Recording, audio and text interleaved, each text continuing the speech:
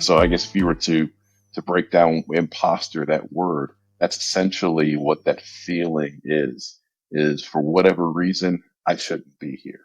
In reality, you're there for a reason. Like you were invited into that room or into that setting or into that meeting, whatever the case is, you were invited there for a reason. So that's one of the first steps is to recognize, okay, that's just imposter syndrome experience, whatever label we want to put to it. That's just that speaking. Um, I do deserve to be here. Have you ever experienced those feelings of being an imposter?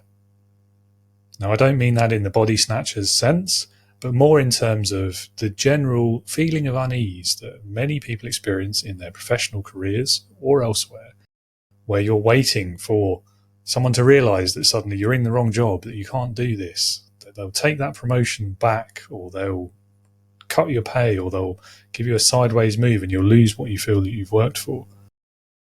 If that sounds familiar, if imposter syndrome or imposter experience or feelings or whichever other kind of descriptive phrase you like for this phenomenon does sound familiar and it is something you've experienced, then you're like me. I've been through that myself as well, several times over my career, still struggle with it on and off today.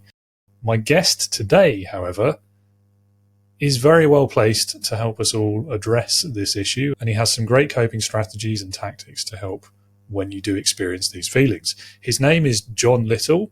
He is an executive performance strategist and coach. He's the founder of Winner's Edge Coaching. And he's going to be helping us learn about imposter experience today. We'll also talk about his career experiences so far, what led him along this journey and how he's ended up doing what he's doing, as well as his experiences and insights into leadership, of course. It's a really good conversation, plenty to learn, and there's some genuinely helpful strategies here if imposter syndrome is something that you are struggling with. So that's all I will say for now. Do stick around to the end to get those links to learn more, and perhaps come and join us as well at the Integrity Leaders community.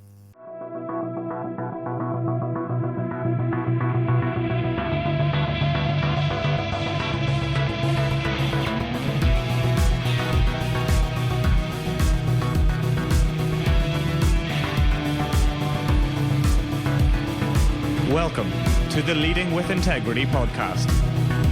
Leadership talk for the modern manager. With your host, David Hatch. John, welcome to Leading with Integrity. Lovely to have you on the show. Thank you, David. I really appreciate it. Over to you for a little bit, really. Tell us about yourself, about your career so far, what you do today, why you do it, all of those wonderful answers. Yeah, thank you. So I'm John Little. I'm the founder and owner of the Winner's Edge Coaching, based in Fort Lauderdale, Florida, in the U.S. And I like to describe my career, my background as a career jungle gym, because it's certainly not a linear path at all. I started out of college. I started in network television production. So I worked for a news organization, worked in the sports department of that organization. And so that was kind of my dream coming out of college, was to have that type of role. And I was fortunate enough to have it and do it for 10 years, which was, a nice long kind of on ramp into my professional career. I did get tired of getting off at 2:00 in the morning, though, waiting for, a baseball game or a hockey game on the complete opposite side of the country to finish up before I could wrap up for the evening. So at a certain point, I decided that I wanted to pivot. So I had moved into, ironically, banking, which was a completely, broad shift. But opportunity presented itself for me to step into a role in the banking industry and learn a whole different area, a whole different world, completely different industry. And really kind of the common thread through my whole career has been leadership roles. I've always had either a team that reported to me, or I was responsible for the work of others. And so, kind of moving from television into banking, and then that kind of opened up for me the world of learning and development, and growing my career from there. So I had a consulting company for a number of years, and then I was traveling a lot, had a young son at home. So I stepped into a corporate role where I was leading leadership development for the East Coast of the U.S. for that organization. And it was a global real estate firm. So I got to do a lot of things, have a lot of connections, but really what that helped me do was just learn and grow a lot more in understanding leaders and understanding how to impact leaders.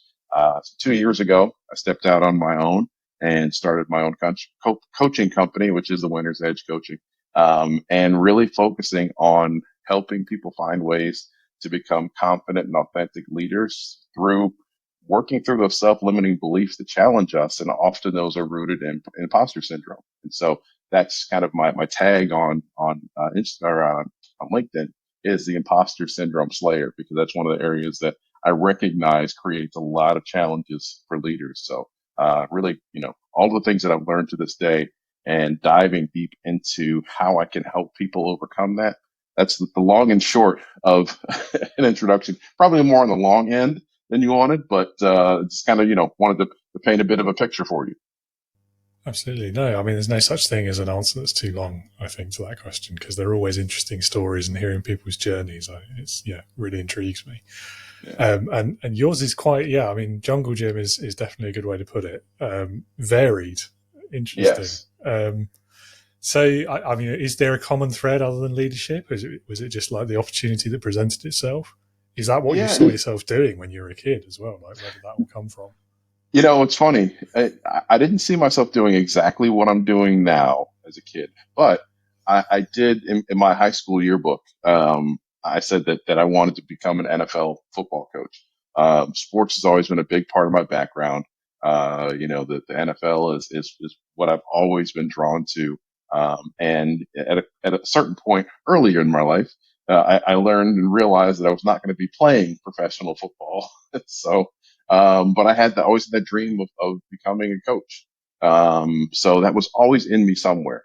It was always in me to want to help people, want to guide people, to use what I know and what I've learned to help people move forward. So I guess in a way, it is what I wanted to be when I was a kid. It just looks a little bit differently in the application. I'm not standing on the sidelines of an NFL stadium, but I am coaching and helping people grow and develop and learn ways that they can be successful. Interesting. Aside from the use of the word itself, I mean, I know very little about sports, even less about NFL. But I think we've all seen the representation on TV and movies and things like that. But I mean, it's not the same, is it? I mean, is there much crossover at all in terms of coaching when it comes to like the methodology of the way we would do it in the executive world, let's say, versus how they do it in the world of sports, where it feels like it's quite a bit more aggressive and maybe here's what's interesting. It still is all people. It's still all connecting with people and helping people realize how to get the best out of themselves, whether that be on the field of competition, whether that be in a boardroom, whether that be, someone who's leading a team of people. That really is all the coaching is. All coaching is finding a way and finding ways to connect with each individual differently in their unique, whatever their unique needs are, meet them where they are and help them be the best versions of themselves. That really is what a good coach does. And that coach can be in a number of different facets. It can be in technical skills, or it can be in, proficiencies in how their processes work. Or it can be their mindset, and it can be their approach. And a coach can help you see things that are in your way that you may not always recognize. I know you mentioned you're not a huge sports fan, and I'll lean into it a little bit.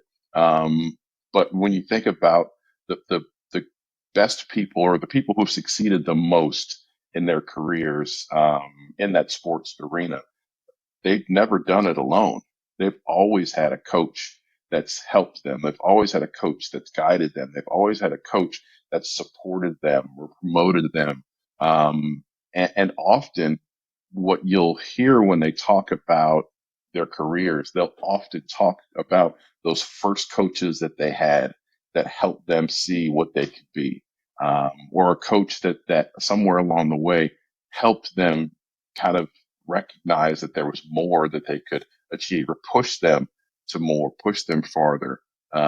So it really, the role of the coach, and that's the same thing that we do in executive coaching, same thing that I do in my leadership performance coaching with executives, is I I always say I can't tell you how to sell more widgets. Whatever your business is, you're an expert in your business. I'm an expert in people.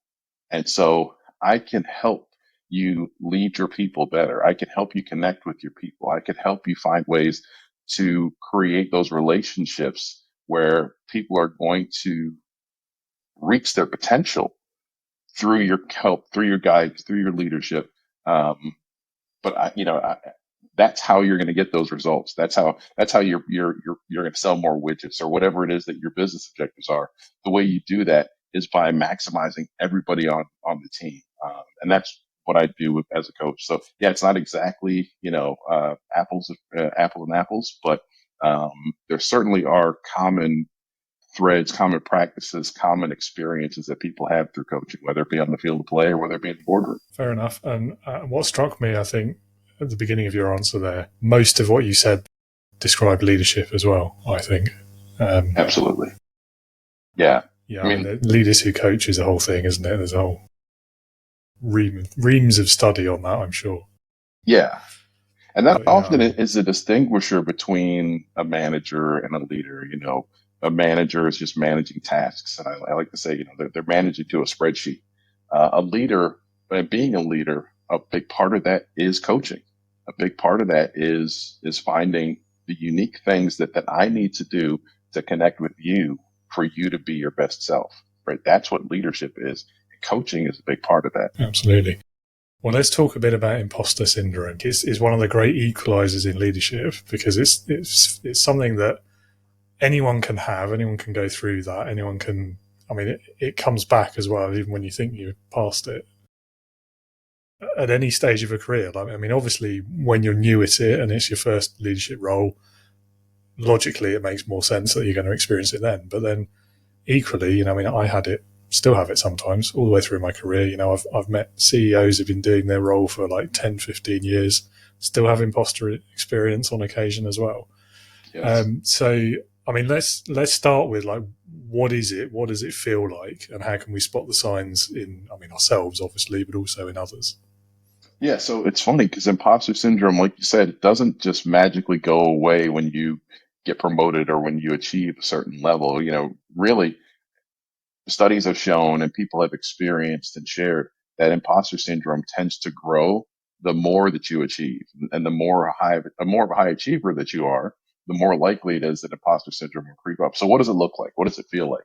So from an individual standpoint, imposter syndrome tends to be that voice in the back of your head that is the doubt of, should I be here? Like, why me?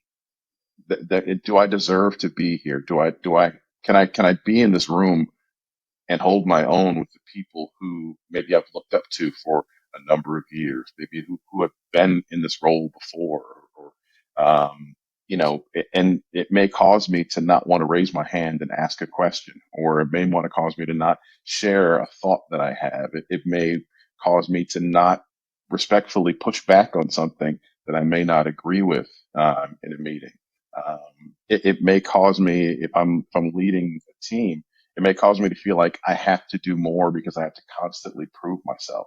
So really what imposter syndrome does is it creates those doubts, and then it creates those little moments of questioning, of pause in your mind that really can stifle you and stifle your growth, can stifle your effectiveness, whether you're in a leadership role or whether you're an individual contributor, right? That imposter syndrome is just, it really is that voice in the back of your head that tells you you shouldn't be here, or they don't want to hear from you, or you're not worthy, or you have to prove it more, right? That all of those are signs and symptoms of imposter syndrome. And when you talk about what does it look like from others, there's a couple of really telltale signs that somebody is struggling with imposter syndrome. One of them is for someone who has achieved a lot in the past and all of a sudden they plateau, and they're not doing the same things that got them to the point that they were. They're no longer being innovative. They're no longer being creative. They're no longer taking calculated and educated risks. They're no longer speaking up and sharing their perspectives.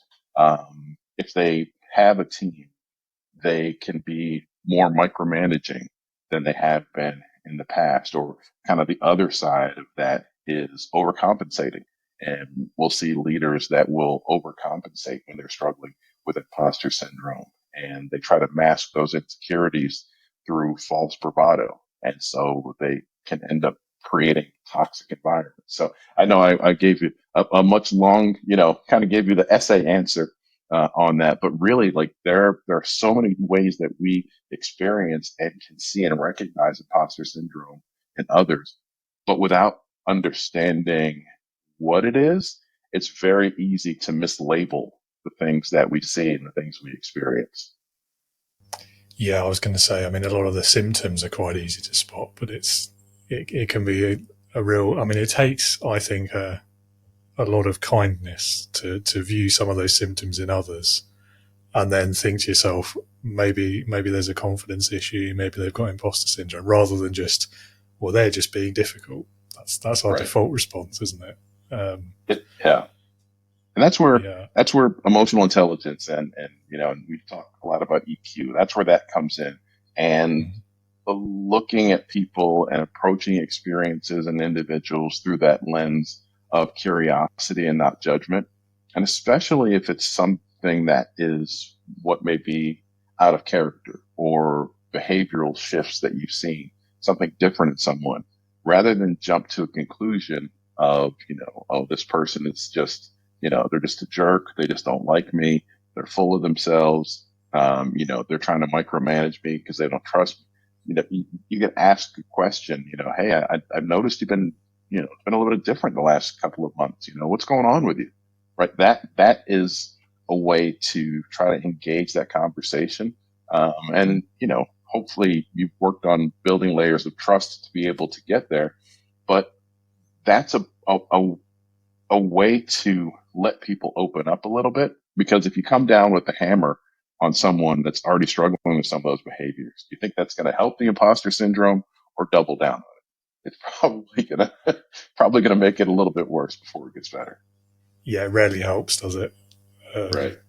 Yeah, I mean, in most situations, I think it rarely helps, but yeah, it's a tough one. Knowing it's sort of in your head and then being in sufficient control of the emotional response to do that correctly are two very different and differing difficulties as well in those problems. Yeah, that's again one of the things that I work with my clients on is that self-awareness piece, not only for their own growth and edification and connection, but also so they can recognize others. It starts with yourself. Once you have self-awareness, it's a lot easier to have social awareness, and you can start to recognize things in other people and lean into that curiosity instead of going deep into the fears of what that could be and what it could mean for you. Absolutely. So I think we've probably covered quite a few of like the myths and misconceptions that surround this imposter syndrome or imposter experience. I'm never sure about the word syndrome because that implies like that there's a medical diagnosis there, and there obviously isn't, is there? But right. Yeah, the imposter thing. Right. Let's call it that unspecific phrase for now. But I mean, I guess one of the biggest misconceptions around there is that, I mean, imposter thing itself is, I mean, that's a misconception in your head, isn't it? Effectively. So yeah. Ultimately, that is it's that those doubts will create that it'll create that feeling or that mindset that I shouldn't be here, right? So I guess if you were to break down imposter, that word, that's essentially what that feeling is for whatever reason I shouldn't be here. In reality, you're there for a reason. Like you were invited into that room or into that setting or into that meeting, whatever the case is, you were invited there for a reason. So that's one of the first steps, is to recognize, okay, that's just imposter syndrome experience, whatever label we want to put to it. That's just that speaking. I do deserve to be here because I was asked to be here. if there, I mean, maybe not a myth or a misconception, but like if there was something that you think everyone should know about it, what would that be? That you're being much harder on yourself than other people are. It's kind of a human condition in most cases for us to give more grace to others than we do to ourselves. And so being mindful of the fact that we can be our own worst critic. We can be our own worst enemy. We can, if we don't have another voice that's countering the voice in our head, then we'll just continue to hear that voice, and we don't give ourselves the grace. We don't give ourselves, we don't expect other people to be perfect, but we expect ourselves to be perfect in a lot of things. And there's so many layers to that. That could be family upbringing, that could be conditioning, that could be responsibilities that you've had throughout your life. Like there are a number of things that could create that sense, and the layers or the levels of it in people higher or lower. But that's one of the biggest things that if I could just emphasize with people is give yourself grace. Give yourself the grace that you would give others, because that's the first place to start. That's so true of leaders as well, isn't it? Like we put ourselves on a pedestal, and I think a lot of that comes with like the societal, the cultural expectations of leadership as well. Absolutely. And it sort of becomes that self-imposed image, doesn't it? And it's impossible to live up to. Right. Right. Yeah. One of the things that I tell leaders, I once had a little bit of a relationship with them, and I focus on helping leaders recognize that the people that are either reporting to them or the people that they have influence over, they want to connect with the person and not the position. Because at the end of the day, like titles, nobody cares. Nobody cares what your title is. If they don't connect with you on a human level, you don't connect with them on a human level, you may get compliance, but you're not going to have a relationship. You're not going to have engagement, because nobody really cares about titles. Titles without that connection, without the investment of some type of emotional relationship, that doesn't really, that again, that's not leadership. You're managing tasks. Leaders connect. Leaders have relationships. Leaders have an engaged, have an engagement with the people that they're leading or the people they have influence on.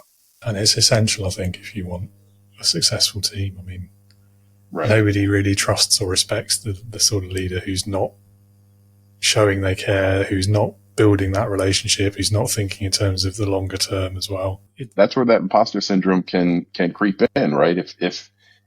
If I'm not getting the engagement or the results that I want, then I may think I need to be more of this title, right?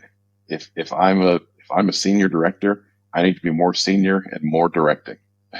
Like, well, that, no, not necessarily. But that can be that imposter syndrome telling them, like, this is what they're looking for from you. They're looking for you to be more. They're looking for you to do more. But in reality, it's probably something different if you're not getting the results. It's not leaning into what the fear is telling you to do. It's being able to take a step back and recognize what you may actually be missing, what some of the opportunities are that you're leaving on the table. Yeah. I think there's also a big element in there as well about if imposter feelings, if that's telling you that you don't belong here, or like you're going to get caught out, found out, you're going to lose your promotion, whatever, then in your head that means, right, well, I should be anything other than myself then, because if I don't deserve to be here according to these feelings in my head, I have to be something else. So I'll do what my boss used to do, or I'll do what that guy on TV used to do, or I'll copy my first boss and the way she used to shout at me when I've had my first job, and because that seemed to work for those people, so that's what I'll be instead. And I think this is where a lot of leaders go off the rails, and I think this is where we hear about these toxic cultures and these like mass quittings and all sorts of things like that. Yeah, Try not to get on absolutely. the soapbox too much. No, I'm right there with you. And in a lot of ways, I mean, it's a very human response, isn't it? You convince yourself that the way you're doing it and the way you are isn't right for that role. So you try and emulate what you think is. Right. Yeah. Yeah, I mean, you stated it perfectly. That's what we end up putting on a mask. We end up being something that we're not, or being someone that we're not. I mean, I don't know about you, David, but the easiest thing for me to do is to be me. Like, if I try to be somebody else, it's exhausting because that means I have to think too much. That means I have to act differently than what's natural to me. That means that I have to go through life constantly thinking, am I representing what I'm trying to be the way that I want people to perceive it? It's just so much easier to be me. And it doesn't mean that I can't learn, that I can't grow, and that I can't adapt, because I have to do all of those things to be effective. But if my foundation is still me, and I know me better than I know anyone else, then it's just it's an easier path than trying to be something that you're not. I jokingly draw the parallel to that old truism about tell the truth because it's easier to remember. And I think that's exactly the same thing here. And then the other Yep. comparison I've heard is about dating, about how you have to be yourself, if you want to find love, that sort of thing. Yeah. Don't send your representative on dates. Absolutely, yeah. Don't go through your lawyer. That's a bad start. But these are sayings for a reason, and I think it absolutely applies to the workplace, and it has to apply to leadership, doesn't it? If you want to be any good at it. I mean, something else that we've mentioned already was the question of confidence and that sort of low confidence, which again I think a lot of leaders, particularly newer leaders, I think suffer with that more than they do. Well, maybe not more, but as much as imposter feelings and things like that. And there's also this question of self-doubt, which I guess all three of these are sort of wrapped up together. But I mean, what is the difference between these three concepts in your mind? I think confidence, confidence comes through knowledge and experience, in my opinion. Um, when the more that you know, and the more that you have been able to successfully apply what you know, the more the confidence will build. Um, people have a sense of self confidence also, that they bring, and that varies from individual to individual. But I think in building confidence, those are the two pillars that I've seen people lean into. When it comes to self doubt, I've often found that self doubt is outcome based.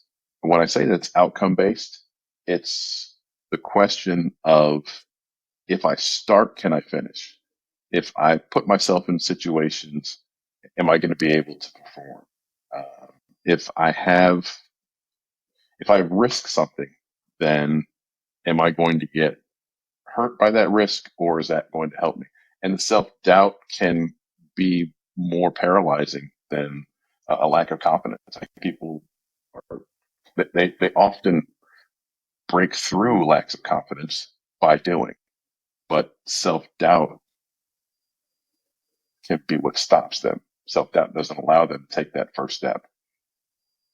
And then imposter syndrome, it kind of ties the two, because again, a lot of times we see that the imposter experience or imposter feelings in people who have achieved, who have been able to be successful.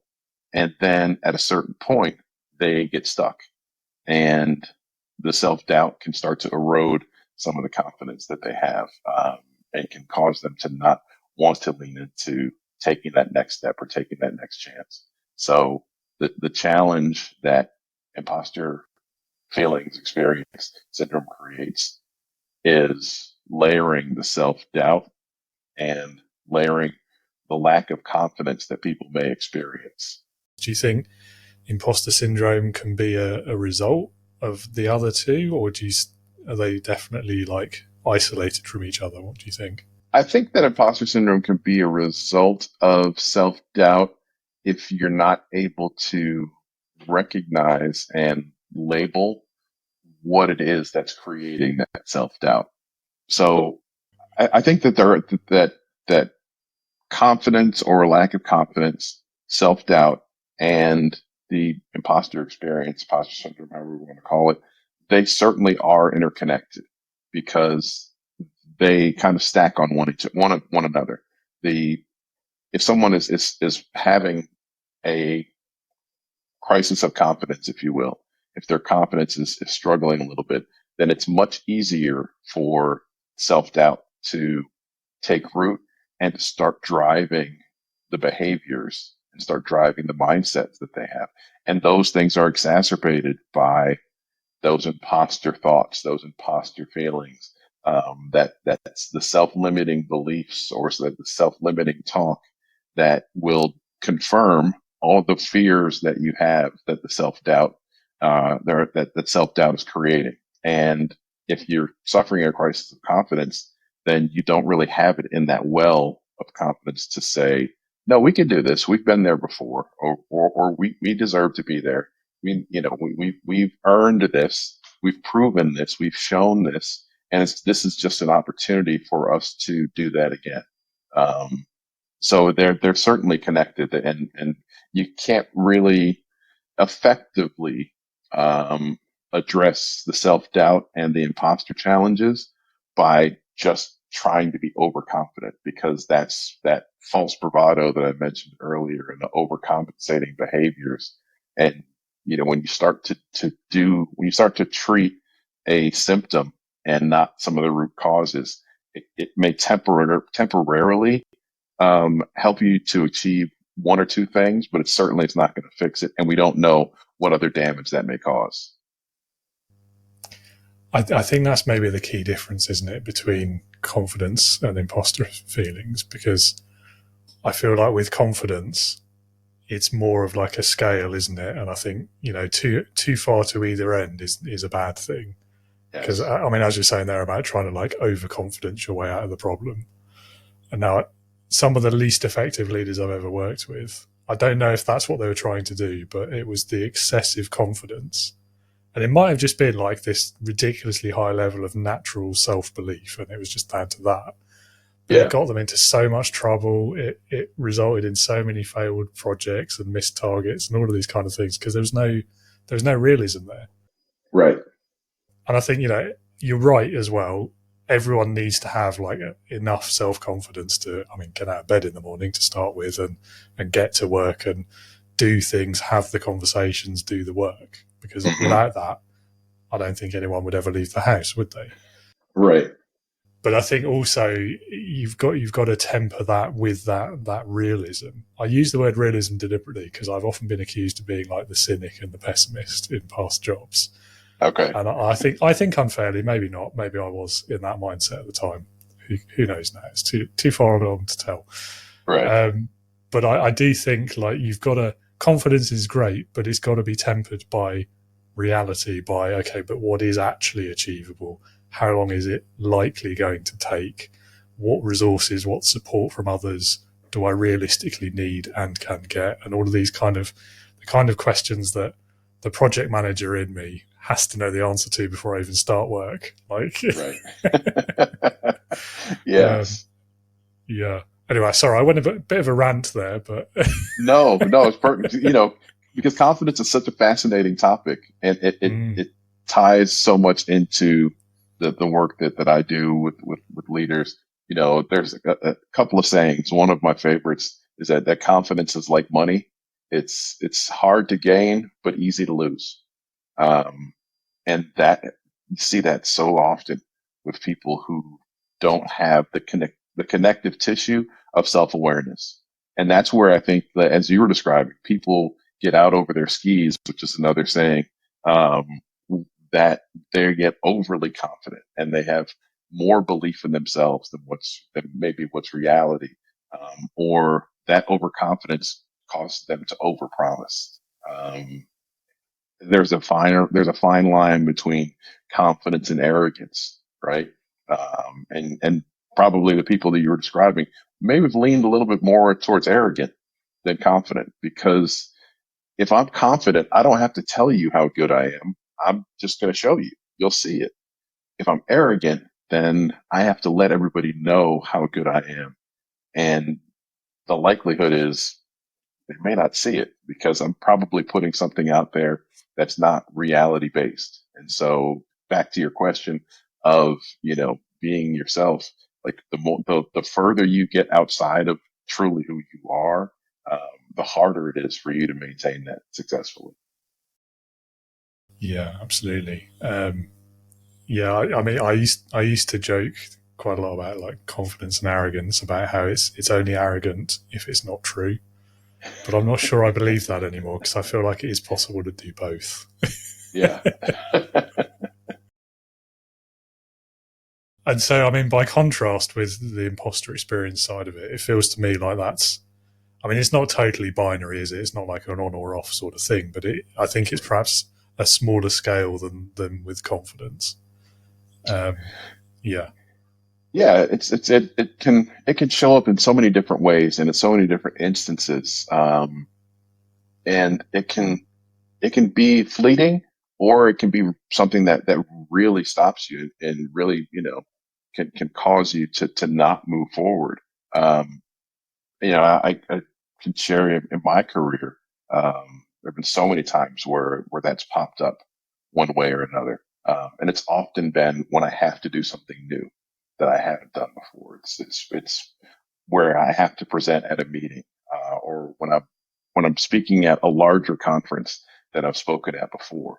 Like I've been talking since I was 15 months old, or however young we are when we start talking.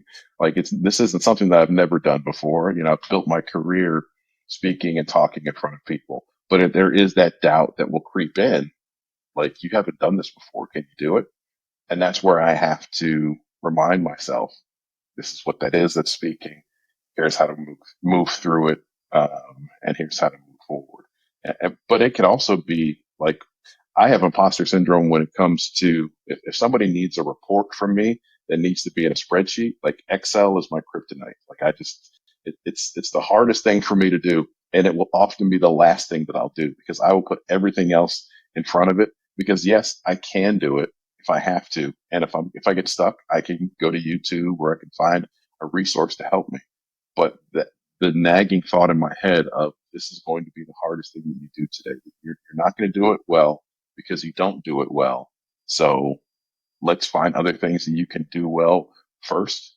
Like, that's an example of that too. And that can be debilitating for someone if they're not able to overcome that mental stumbling block.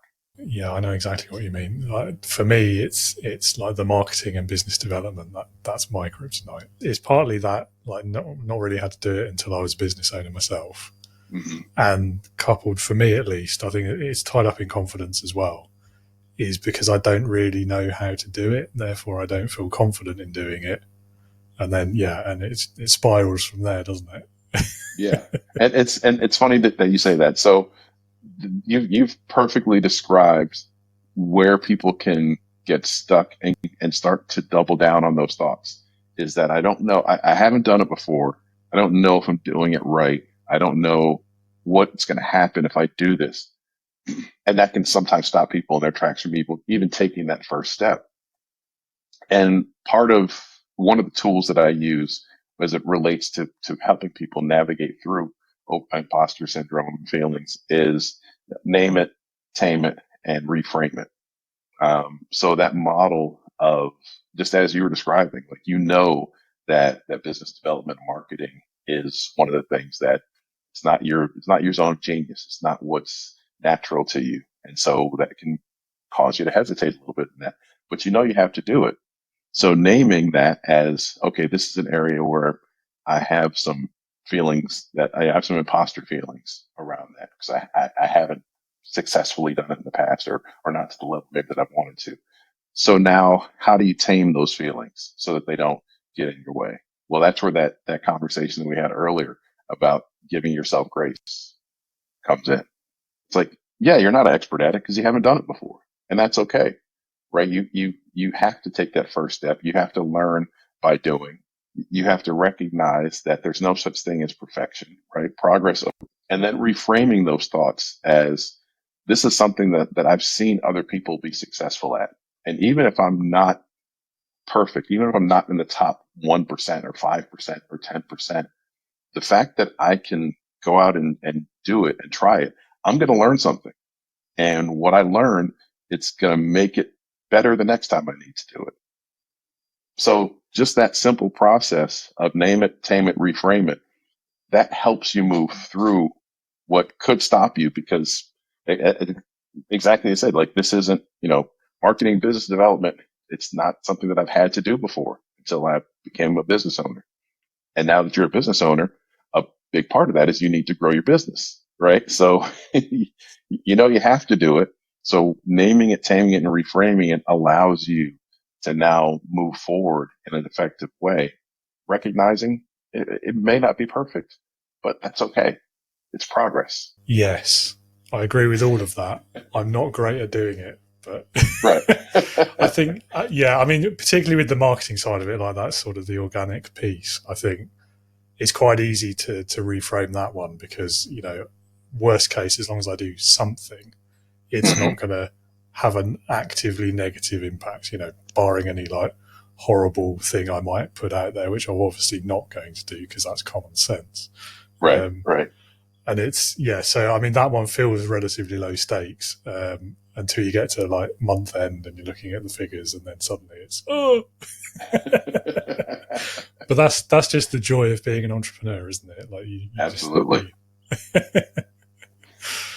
Yeah, awesome. Well, I mean, you've given us one really great and practical, actionable step there that anyone can take to start getting over that. I mean, for someone in a leadership role, is there maybe another tip that you could offer to help them overcome that self-doubt in particular? Yeah, I would encourage someone who's maybe in a leadership role that may be struggling with those doubts is take some time to do some inventory on how you got to where you are, right? What are some of the things that you have been successful at in the past? And how have you been successful at those? So you can look back and start to look at patterns of where you have that zone of genius, where you have your strengths, where people have resonated with you, or where you've been able to find quick, sustainable wins to build progress and momentum. That's a big step again in that confidence piece. If leaders look back at what they've achieved, and more so how they've achieved it, that can give them clues as to how they're going to be able to succeed going forward. Also, self-awareness is so important.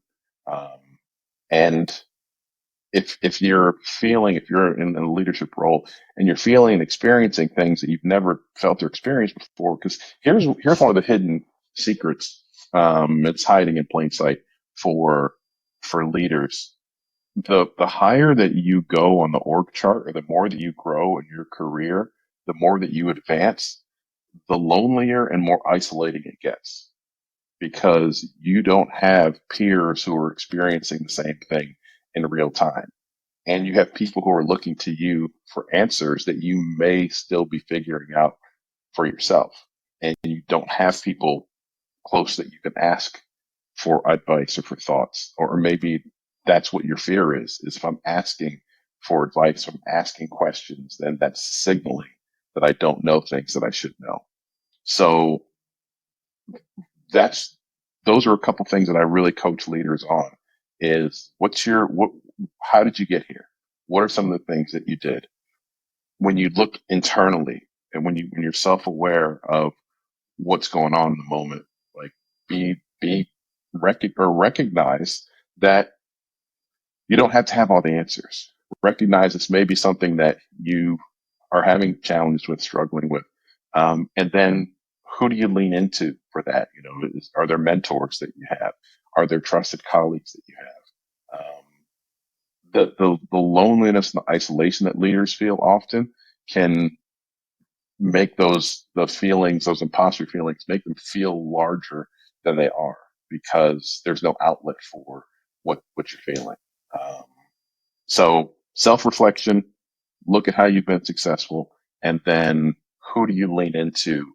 Mentors, trusted advisors, your leaders, to help them or help you find some of those solutions, or to again at least navigate through some of those feelings that you're having. I mean, that loneliness one as well. It's adding another thing to the pile, isn't it? But Yeah, I don't know. I've always thought, or I always did think when I was doing it, like if you're lonely in leadership, then maybe like talk to people more.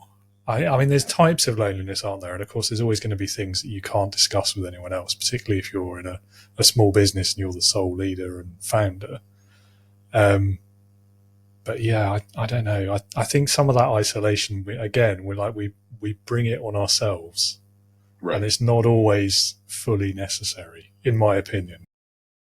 Agreed. And that's kind of the curse of the solopreneur or entrepreneur or small business owner is oftentimes it is just you that has the connection to the business or the financial and emotional investment in the business. You feel like that you have to have all the answers all the time for everybody. And that can be the same thing if you're, a leader as part of a mid to large organization as well. But specifically for a small business owner, yeah, like without a network, without people that you can connect to, without mentors and coaches, it certainly can feel as though everything is on you all the time. And that is exhausting.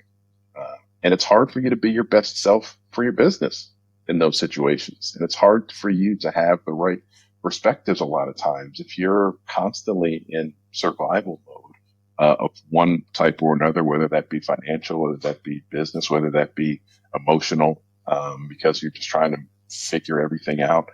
When you're always in crisis mode, it's really hard to be effective because it is taxing and it's exhausting and it's frustrating. The good thing is that there are ways out of it. There are ways to navigate through it. Finding that community of support, finding the right coach or mentor to help you out. Connecting with other, as you're doing the business of your business, is connecting with other business owners, and building the relationships to where you can have pick up the phone and call or have a conversation like, hey, this is something that I'm struggling with. Have you seen this before? Have you experienced this? Like that often is what people need, is they need someone to say, yeah, I know what you're talking about. I know where you've been. I can identify with that. That resonates with me. That is often what people need to just, okay, it's not just me. I'm not the only one that's feeling and experiencing this. Yeah, absolutely. I mean, as a solopreneur, I think that has been a lifesaver for me, at least for mental health, if not actual physical life. And during the whole COVID of it all as well. But it's been that networking. Like I've joined a couple of online communities as well. And it's exactly what you've described. It's other business owners, other solopreneurs, people where if you face a challenge or an issue or something goes wrong or you just don't know how to figure something out, you can just raise your hand in that community and say, I'm struggling with this. Anyone been through this? Does anyone know the solution? Right. And usually, I mean, on the few occasions I've had to do that, because I really did get stuck, within a day or less, I've had half a dozen people have come up to me and said, yeah, I can help you with that. Yeah. And it's just, and that's the power of community, isn't it? And I think as solopreneurs, it's quite easy, I think, to address that problem because there's loads of these networking groups. There's plenty of communities all over the internet. You can find that. And there's not really much of a stigma attached to doing so either. It's almost an expectation, I think, in this day and age. Right. For leaders and managers who are employed in other businesses, other people's companies, I think maybe that's a bit more difficult. There's a question of how you pay for it to start with. Not everyone wants to do that out of their own pocket. And then there's that, well, what if my boss finds out I'm talking about these things? And those worries as well.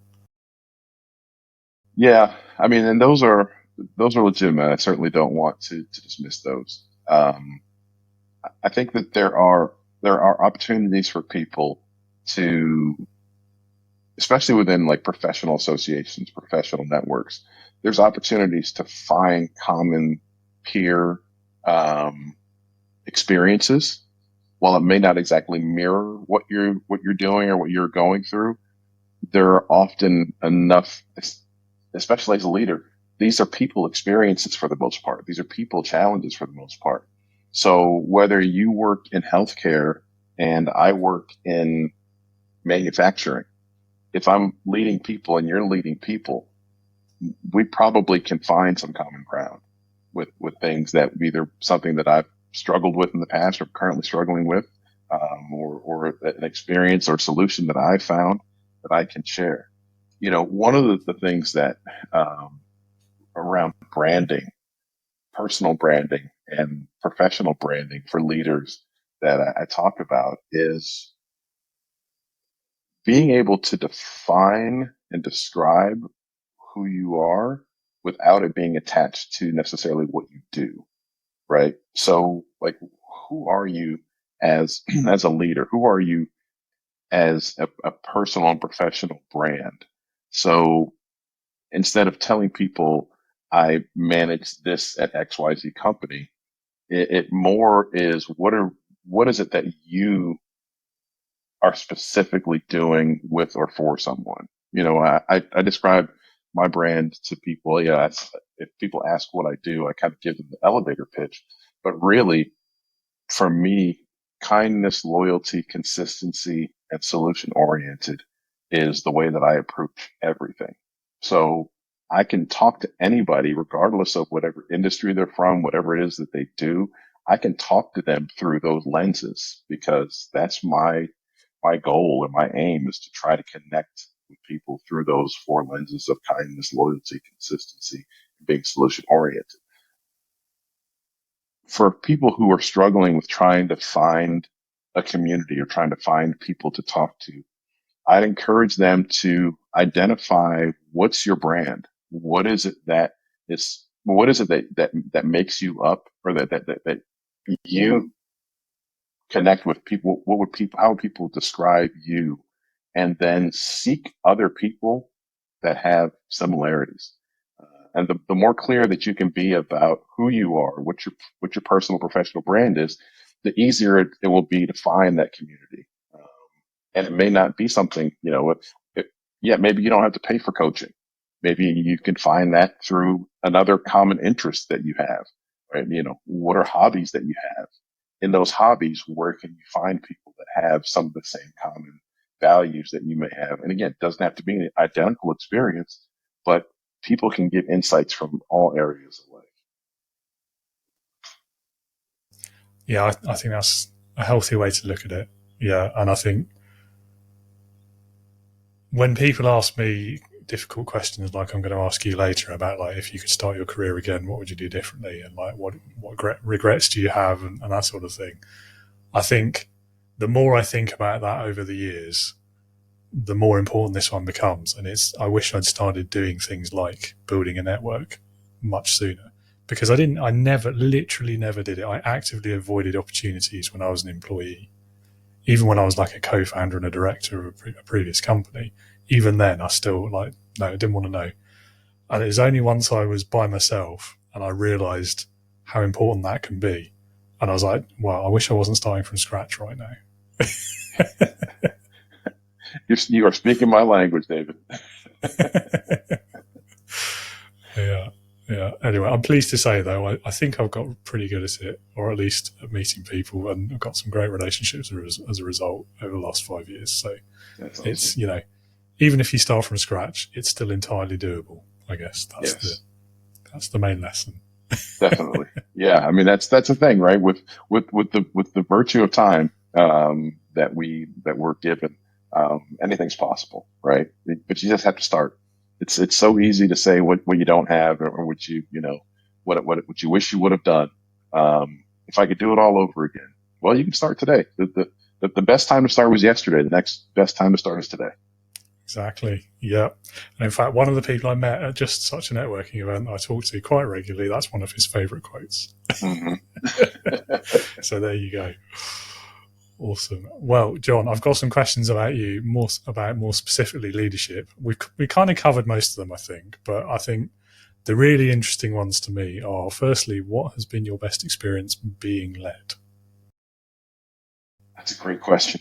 The best experience that I had being led was working with someone, and I use that phrasing specifically with someone, because she was very clear that even though we were on different levels on the org chart, that we were partners, and that I couldn't be successful without her, and she couldn't be successful without me. So our partnership was important. But she really allowed me to stretch myself and challenged me to stretch myself. Um, she was so supportive in telling me, like, the things that she saw for me, I didn't see it myself. I didn't see it as possible. I didn't understand how to get there. And so not only did she give me the tools and the knowledge, but she gave me the opportunities to do things. She gave me the opportunities to put myself out there without, it wasn't reckless, right? She didn't say just go out and do whatever. But like she had a great phrase, freedom within the framework. So she established what the structure was, and what the expectations were. But she gave me plenty of room to find my way to get to the successful goal. And this was, this was when I was in the role of leading a team of people on the East Coast of the U.S. And we had a leadership development group that we were working with as an organization. And we had our curriculum and we had our processes and we had our structure. But she gave me the space to do that job the way that connected with me, that allowed me to be my best self. It allowed me to share the most. It allowed me to be vulnerable. It allowed me to to try things without fearing that I would get my hand slapped. And it wasn't perfect. And there were plenty of times that she was like, "Come back to me, rein it in a little bit, right? Let's get back to the framework." But it was never punitive. It was always, this is a learning experience. What did you learn from this? What can you take from this? That was the best experience that I've had with a leader, hands down. Um, and fortunately, that someone is still, a mentor in my life and someone who I continue to lean into as I grow in my career. I'm always struck by the answers to this question because almost without exception, that last bit of the story there is always true. I'm fortunate that they're still in my life. We still work together. Um, they still support me even now, even though I'm not their responsibility anymore. All these kinds of phrases. Exactly. And I love those kind of leaders who they don't use words like my juniors, my team, my minions, my subordinates, anything like that, even in jest. They Right. refer to the people like as their colleagues, as partners is another one. I mean, they're just so great to work for because it's the right mindset of leadership, isn't it? It's not seeing others as other, I suppose, Right. and Right. not putting yourself on that pedestal, I guess, that we've been talking about for Right. most of this episode. Yeah, and I think what leaders will find there is you have much more authority than you may think. If you again lose the titles or lose the hierarchy and say this person works for me, or this is my employee, you get so much more authority by being a partner. And of course, reporting lines have to be respected. Of course, there are different responsibilities. There are different hierarchies, and not everyone is your best friend. And, there needs to be a level of respect and authority. And I think that happens the more that there is an investment and a connection with people.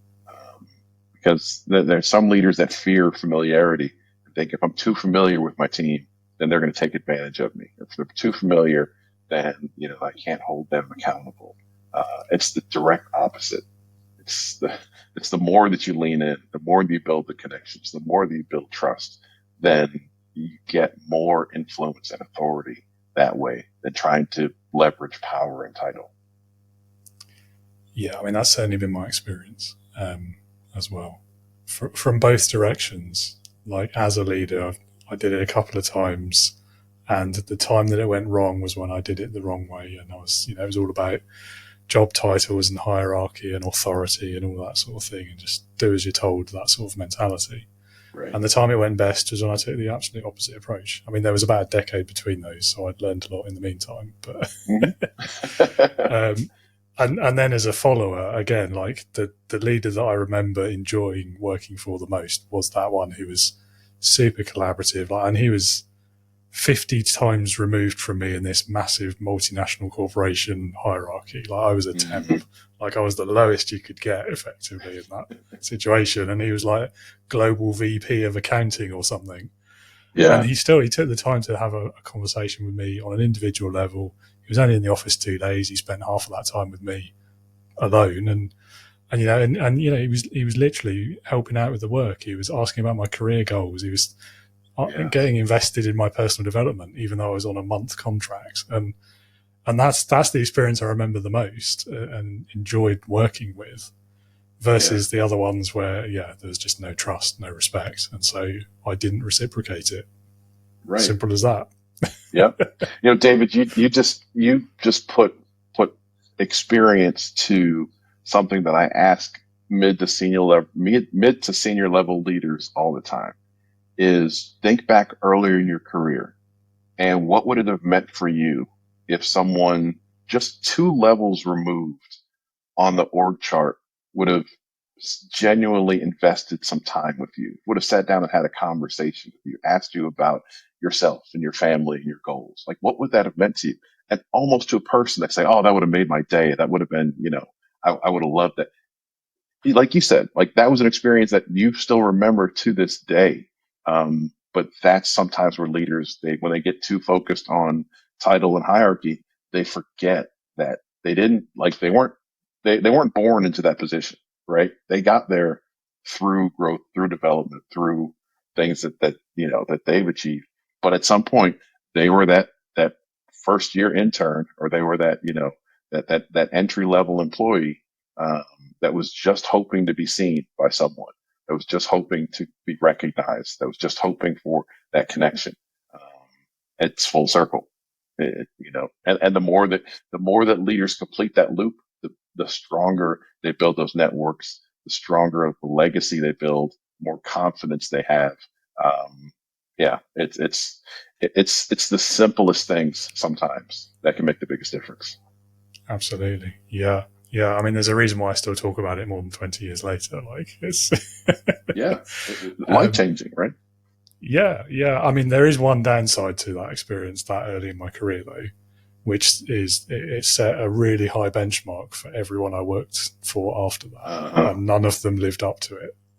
Of course. But now with time and perspective, you're able to see that, right? Yeah, true. At the time, it made it more difficult, though. Maybe I had unrealistic expectations. I don't know. Right. Difficult question for you now. I've already alluded to this one by answering it myself, but if you could travel back in time, how far back would you go in your life, and what would you say to your younger self? How many times can I go back? Let's say once for starters. I honestly, I would probably go back to, when I was in my early 30s. And that was my first big career shift, was at that point. And I probably would have told myself, you have a long time ahead of you. Take your time to learn, take your time to figure out exactly what it is that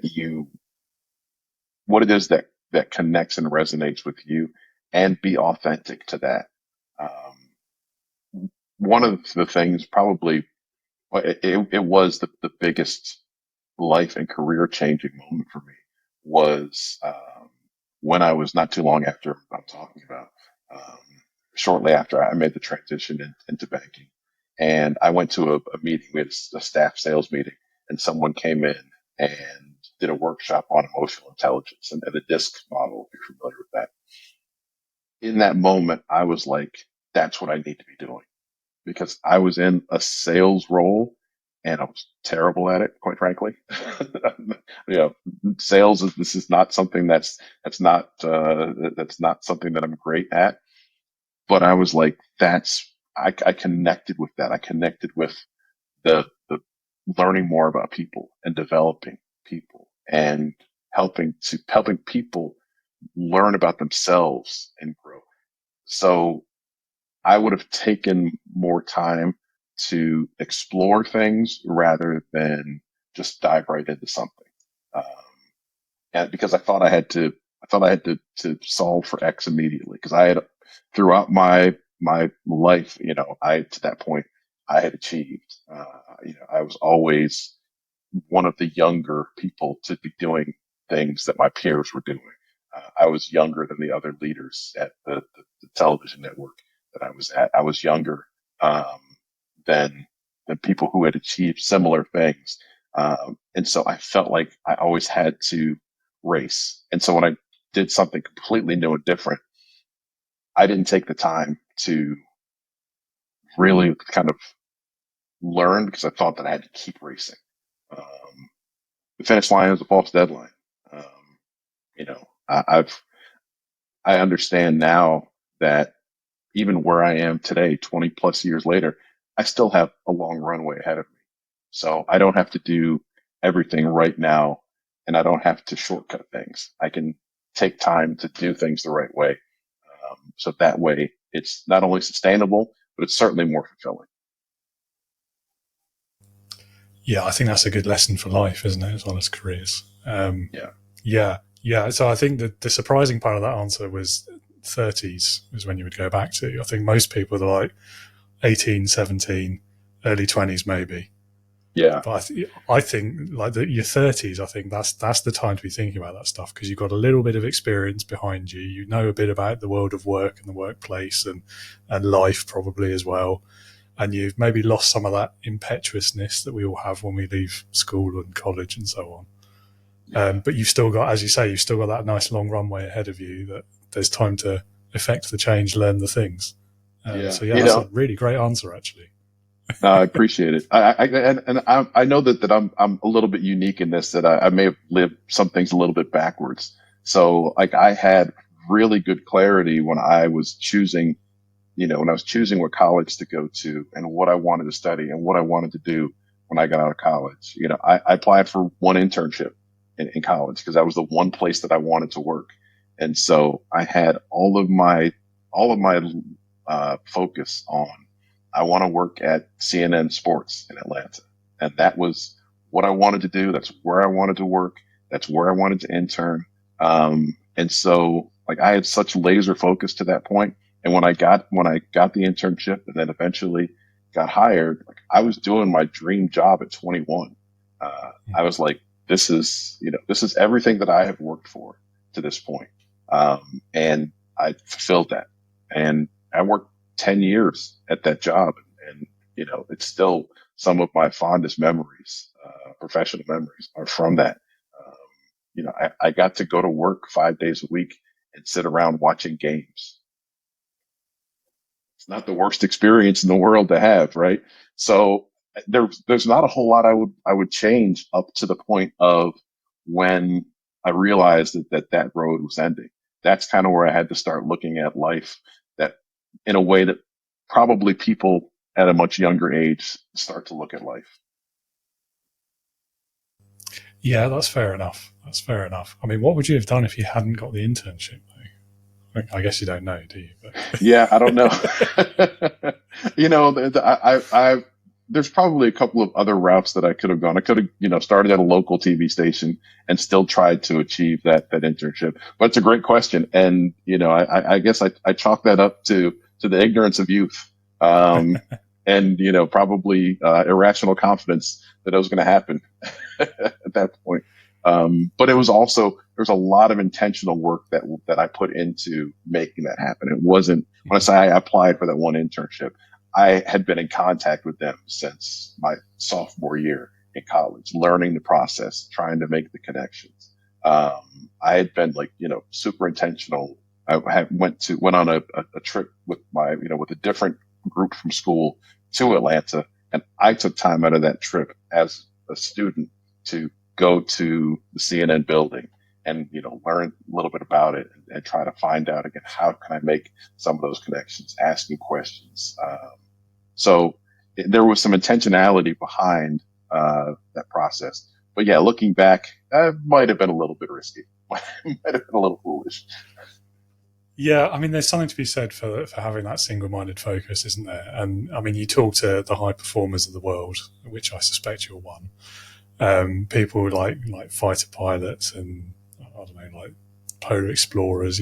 People who do those like ridiculous things, and they all have this thing in common: is that's the only thing they ever intended to do.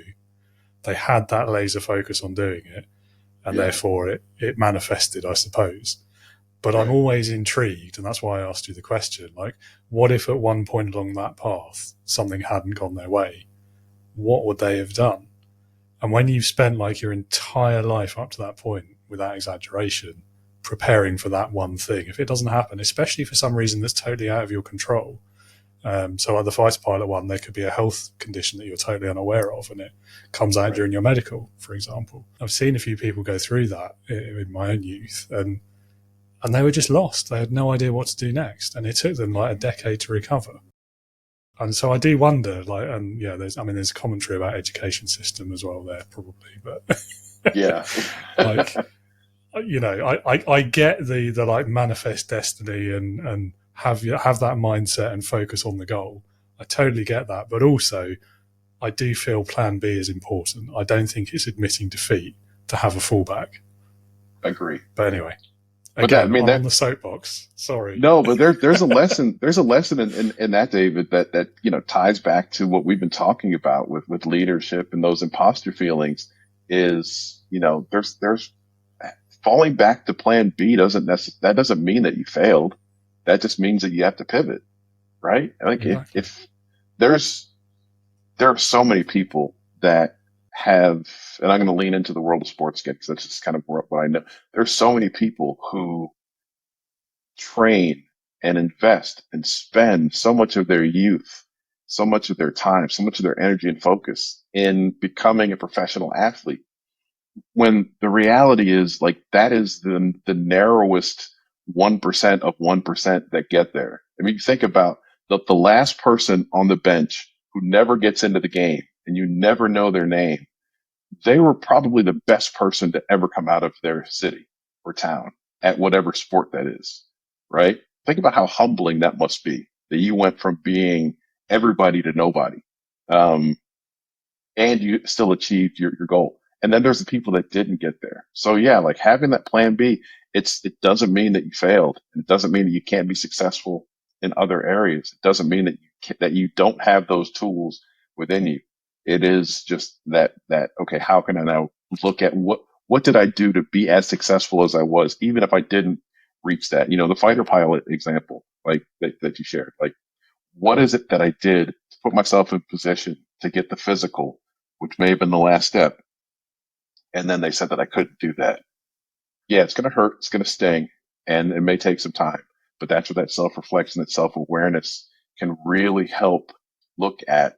So what were the things that I did to get me here? Like, what was the discipline? How did I keep myself motivated? How did I keep myself focused? How did I keep myself encouraged in those moments? Because I'm sure everything wasn't easy up to that point, but how was I able to be successful? Now, how can I translate that to something else? What else interests me? What else challenges me that I can use those same processes, use some of those same skills, use some of the same ways that I was able to achieve or overcome so I can find success in something else. Definitely. And it goes back again to what you were saying earlier in the episode about how do you describe yourself and your values without referring to what you do. And I think it's a very similar thing, isn't it? Just a bit later down the line, I suppose. Yeah, absolutely. Like how do we define ourselves and our identities? Right. Yeah, and again, like as solopreneurs, that's really difficult. It is. Yeah, I was scratching my head a bit as you were saying it, in fact. But it's a bit of a challenging exercise because as solopreneurs, we can sometimes be defined by our business and what we do. But if we peel it back a layer, like there is something that we want people to experience through whatever it is that we do, right? We're as solopreneurs, we have a business representative or business representation of who we are and what we want to put out into the world. So it is that, again, that self-reflection, that self-awareness of, so what is it that I want to put out into the world? Like, what is it beyond my outcome, whether that be a product or a service? Beyond that, what is it that I want to be out there in the world that I want to share, that I uniquely am bringing and putting out there?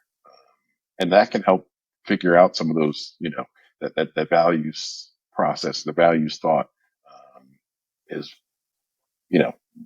reverse engineered a little bit. Yes, indeed. Indeed. Well, John, I'm conscious of the time, so I've only got one question left, but it is my favourite one. Okay. So you can't escape without answering it, I'm afraid. So it's called Leadership Heroes. Leadership Heroes. If you had to pick one person, but it could be anyone you can think of, they could be like alive or dead, past or present, real or even fictitious, but it's got to be someone who, in your opinion, would perfectly embody leadership. So who would that be for you and why? So I'm going to go sports again. Tends to be my lane. But there's a gentleman named Joe Gibbs. And Joe Gibbs is in the Pro Football Hall of Fame. He is he's a three-time Super Bowl winner, winning head coach, coached the then Washington Redskins, now Washington Commanders. One of the reasons why I love how he embodied leadership so much is because he did two things really, really well. He built relationships with people through finding out what was important to them and how to best motivate them individually.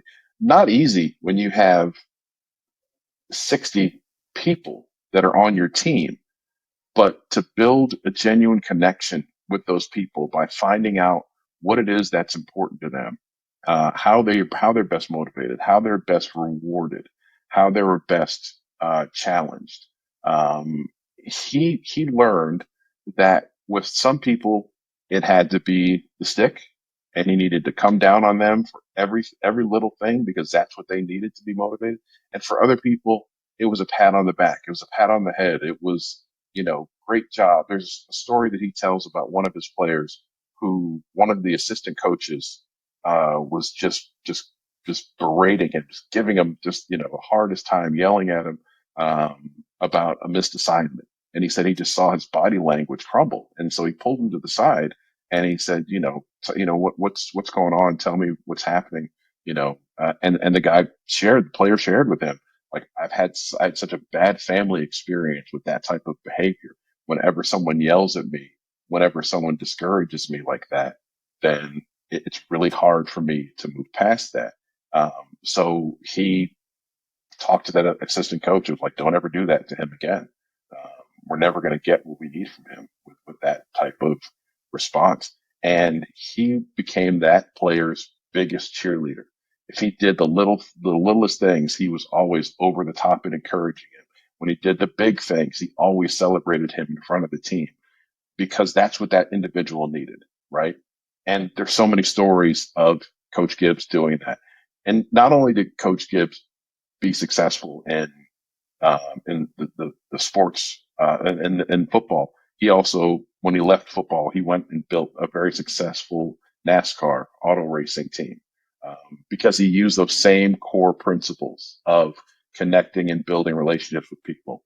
And then also his character is one by all accounts that's just top notch. Just as a person, outside of his performance, outside of the things that he's been able to win and achieve, and all the accolades, as a person, people that have worked with him, people that he coached, just can't say enough good things about him. And even, reporters that have covered him, a lot of times those can be contentious relationships. Just the reverence that they have for him as a man um, speaks volumes before they even start talking about his achievements. So Coach Gibbs is always one of my favorite leaders, one of the people that I've looked up to back to when I was, a teenager. Um, just following his career and just being a fan of him as a person and as a leader. Okay, well, fair enough. Now, as a Brit and as a avoider of sports generally, I can't comment much about NFL, and I'm not familiar with him. I will go and look him up, though, because I always do for choices for this one that I've not heard of.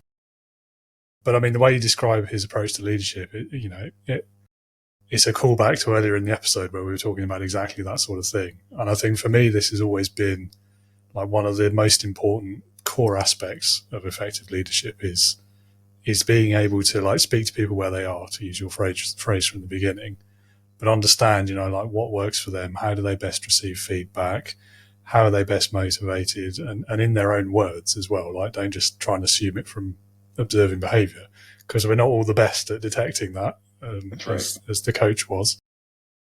And I think that the first step of that has to be like know your people, doesn't it? Absolutely. There's the self-awareness about how you interact, and then there's the know others as well. So if you don't ask the question, you don't know the answer, do you? So exactly. Taking the time to invest in those relationships. Exactly. It doesn't take a lot of time. Just like we were talking a little bit ago, the investment that you as a leader, the 5-minute investment that you make in someone, a layer or two down on the org chart, that 5-minute investment is going to pay off exponentially because you just made that person's day. You may have just inspired them to want to do something that they hadn't thought that was possible before, or you may have given them the thing that they needed to stay with your company and not look for, another job somewhere. Like, there's so many benefits of that small investment in time and just building those genuine relationships. For me, for leaders, it's the most important thing that you can do. It's build that trust, build trust within the teams that you have, build those relationships, because you're going to get so much more out of it than the investment of time that you put in. 100%. And when we talk about on leading with integrity here, as we do about people first leadership, that is exactly what we mean. Yep. Well, John, this has been a brilliant conversation. Thank you so much for your time. We've spent nearly an hour and a half, so it must have been fun for. Oh wow. Yeah. Yeah. So, I mean, I will ask you one more small thing, which is if anyone in the audience wants to learn more about you, perhaps reach out, perhaps look at ways of working with you, how can they do that? And what's the website and so on? Yeah. Thank you, David. So, website is thewinnersedgecoaching.com. I do spend most of my time and engage with most people through LinkedIn. That's the platform that I connect with most people on. So, linkedin.com/in/Big John Little, is the way to easily find me on LinkedIn. And I would absolutely love to engage with the audience more, and provide the services that I do to help those leaders grow. And again, kind of taking it back to the top, right? My goal is to help people find ways to become confident and authentic leaders. And that translates into life and into their career. So yeah, the website or LinkedIn.com, find me on LinkedIn is probably the way to connect best with me. Excellent. Well, I will put both of those links in the show notes so everyone can find it easily. Well, that's more than we've got time for. So, John, thank you again so much. Have a great rest of your day. Thank you, David. I appreciate that. Appreciate the opportunity. John, thank you again for your time today. Loved that conversation, and some great, useful advice emerged from that. Listener and viewer, if you would like to learn more about John, if you'd like to reach out with him, perhaps look into working with him or benefiting from his knowledge and experience, do check those show notes for the link. Click on those, go and learn more things. And we talked a lot today about community, networking, the value of a supportive group of people to help you through some of these things, which is a big part of the goal of the Integrity Leaders community. It's a community for leaders. It is intended to be that supportive environment where we can talk through things and share experiences, as well as get access now to a whole library of content and leadership knowledge base which can also be helpful. If you would like to learn more about that, hopefully you know the website by now, but just in case, it's on the screen, it's in the show notes, and I'll read it out as well. It's www.leadingwithintegrity.co.uk. That's all from me today. Thanks again so much for being with us. I hope you'll join me again next week when I'll be talking all things productivity with my next guest, CEO, founder, investor, and non-exec, Richard Lee. So until then, I hope you managed to put into practice some of the things we've talked about today and that it does help with those imposter feelings. But as always, remember to be a leader, not a boss.